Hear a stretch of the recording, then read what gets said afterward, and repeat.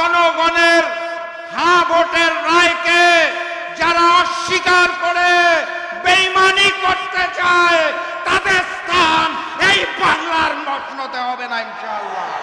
একই সাথে একই দিনে দুইটা ভোট হয়েছিল। কয়টা?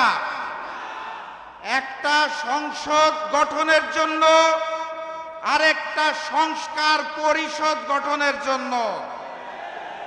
একই দিনের একটা ভোটের শপথ তারা নিয়ে বলেছে হালাল, আরেকটা শপথ না নিয়ে ম্যানেজ ভোটে জয়ী হয়ে বলতে চায় হারাম। একই দিনে এক ভোট যদি হালাল হয় তাহলে আরেকটা হারাম হতে পারে না। 70% জনগণের হ্যাঁ ভোটের রায়কে যারা অস্বীকার করে বেঈমানি করতে চায় তাদের স্থান এই বাংলার মসনদে হবে না ইনশাআল্লাহ। যাই বলা হয় তারা একটা শব্দ শুনিয়ে দেয়, কি সেটা? সংবিধান। সংবিধান উচ্চারণ করতে গেলে শেষে আসে ধান। তারা ভেবেছে এটা বোধহয় ধানের শীষ, এই কারণে বারবার বলে সংবিধান। এটা ওই যে নির্বাচনের আগে নিকৃষ্ট স্লোগান দিত, কি জানি, লাগারে লাগা ধান লাগা, ওই ধান নয়। এটা ৭২-এর মুজিববাদী সংবিধান, যা পরবর্তীতে শেখ হাসিনার সংবিধানে রূপান্তর হয়েছে। সেই সংবিধানকে তারেক বাদের সংবিধান আমরা হতে দেব না। অতএব কথাবার্তা পরিষ্কার, গণভোটের রায়কে সম্মান জানিয়ে বাস্তবায়ন করুন, না হলে যেই আন্দোলন করে তোলা হবে মসনদ থাকবে না ইনশাআল্লাহ। বিজয়ের পথে যাত্রা শুরু, জীবন অথবা মৃত্যু। আসসালামু আলাইকুম। সংগ্রামী ভাইরা আমার, আমাদের অনেক সংসদ সদস্য এখানে আছেন। ঢাকা মহানগরের আমির দক্ষিণের নুরুল ইসলাম বুলবুল ভাই এবং অন্যান্য সদস্যগণ এখানে আছেন। আক্তার সাহেব আছেন এনসিপির, ওনারা রাজপথে সামিল হয়েছেন। তো সংসদ থেকে রাজপথে কেন এর জবাব হলো, এদেশে 12 তারিখ একটা নির্বাচন হয়েছে। একই নির্বাচন কমিশন, একই তফসিলের অধীনে একই দিনে 2টি ভোট হয়েছে। জনগণ ভোট দিয়েছে কিসে? একটা হলো জাতীয় সংসদ গঠনের জন্য, দ্বিতীয় ভোট দিয়েছে সংবিধান সংস্কার পরিষদ গঠন করে সংস্কার বাস্তবায়নের জন্য। নির্বাচনের পর নির্বাচন কমিশন 2টি শপথনামা সরবরাহ করেছে নির্বাচিত সদস্যদের উদ্দেশ্যে। একটি শপথ সংসদ গঠনের জন্য সংসদ সদস্যদের শপথ, দ্বিতীয় শপথ হচ্ছে সংবিধান সংস্কার পরিষদ গঠনের জন্য সংবিধান সংস্কার পরিষদের সদস্যের শপথ। এই 2টি হলো যমজ সন্তান।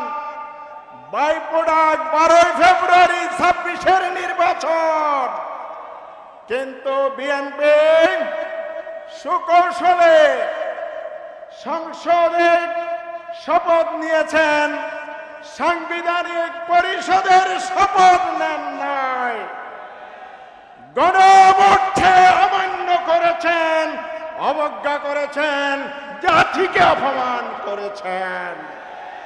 শুধু কি তাই, সংসদ অধিবেশন সংস্কার অধিবেশন শেষ দিনে বিরোধী দলের নেতা আমির জামাত ডাক্তার শফিকুর রহমান স্পিকারের দৃষ্টি আকর্ষণ করেছেন, আজকে শেষ দিন, কি করবেন বলুন?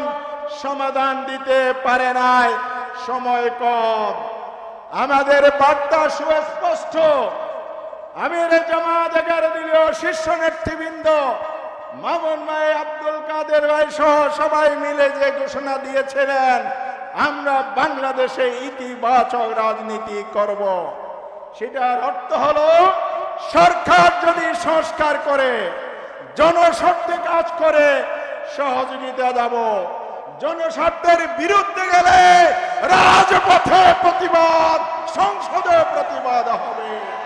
সেই জন্য আমরা এসেছি।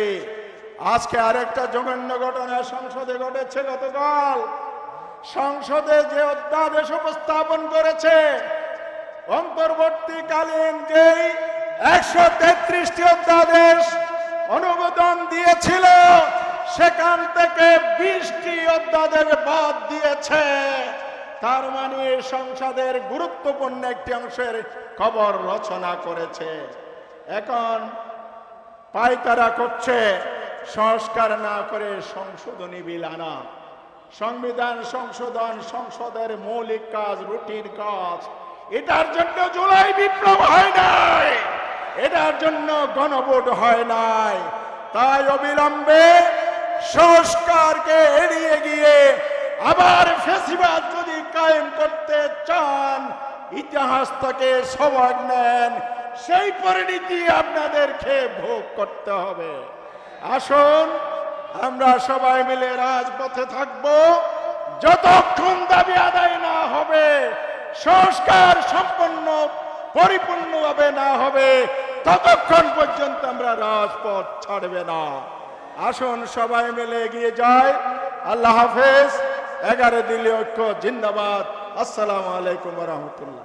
আজকের এই ভিক্ষু সমাবেশের সম্মানিত সভাপতি, উপস্থিত বিক্ষুব্ধ জনতা, সাংবাদিকবৃন্দ এবং দেশবাসী, আমরা এই সদ্য নির্বাচনের অল্প দিন পরেই এই প্রতারণা, গণভোটের সাথে প্রতারিত এই সরকারের বিরুদ্ধে রাজপথে আসতে বাধ্য হয়েছি।